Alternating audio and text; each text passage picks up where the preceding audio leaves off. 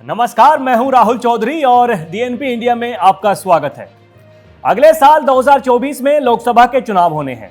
इससे पहले 5 राज्यों में विधानसभा के चुनाव भी होने हैं, जिन्हें 2024 का सेमीफाइनल माना जा रहा है।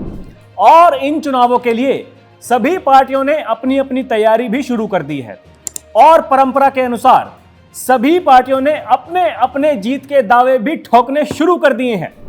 अब चुनाव हैं तो चुनाव से पहले चुनावी सर्वे भी आने शुरू हो गए हैं।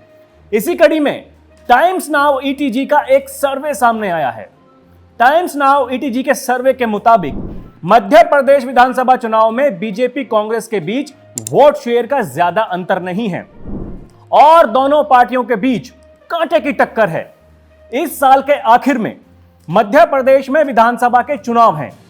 2 महीने बाद संभावित इस चुनाव को लेकर सरकार में मौजूद बीजेपी और उसकी निकटतम प्रतिद्वंदी कांग्रेस अपनी तैयारियों में जुट गई हैं। पिछले चुनाव से सीख लेते हुए दोनों पार्टियां इस बार पूर्ण बहुमत जुटाने के लिए हर संभव प्रयास करती हुई नजर आ रही हैं।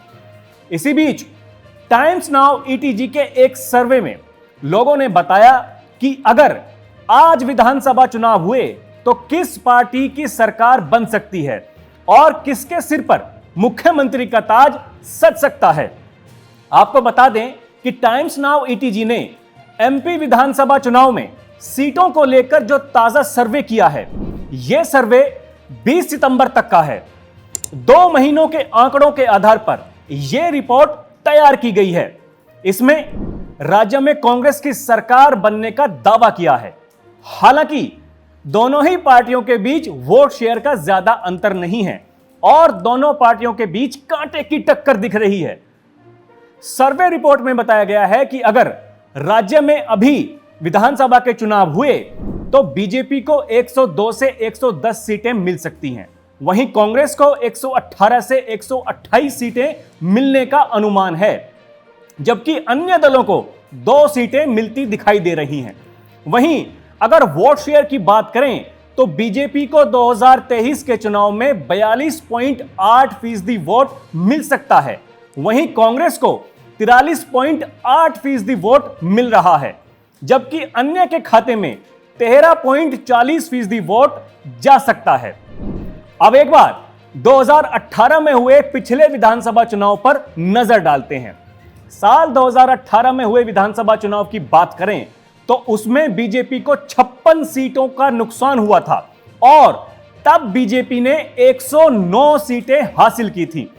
कांग्रेस को इतने ही सीटों का फायदा हुआ और तब कांग्रेस को 114 सीटें हासिल हुई थी। वहीं बीएसपी को 2 सीट मिली थी। 2018 में कांग्रेस करीब 15 सालों के बाद सबसे बड़ी पार्टी बनकर उभरी और करीब 1.5 साल तक सत्ता में रही थी। हालांकि इसके बाद हुए उलटफेर के चलते बीजेपी की सत्ता में वापसी हुई, जिसमें कांग्रेस से बीजेपी में आए ज्योतिरादित्य सिंधिया ने बड़ा रोल निभाया था। वैसे अब की बार बीजेपी ने सबको चौंकाते हुए अपने उम्मीदवारों की 2 लिस्ट घोषित कर दी हैं, जिसमें केंद्रीय मंत्रियों और सांसदों समेत बड़े नेताओं को मैदान में उतारा गया है। इसके अलावा सूत्र यह भी बता रहे हैं कि जल्द ही तीसरी लिस्ट भी जारी की जा सकती है, जिसमें केंद्रीय मंत्री ज्योतिरादित्य सिंधिया का नाम भी हो सकता है। अब देखना दिलचस्प होगा कि सर्वे जो बात कह रहा है वो सच होगा या परिणाम चौंकाने वाले होंगे। तो अभी के लिए इतना ही। खबरों का सिलसिला जारी है। आप देखते रहिए डीएनपी इंडिया। नमस्कार।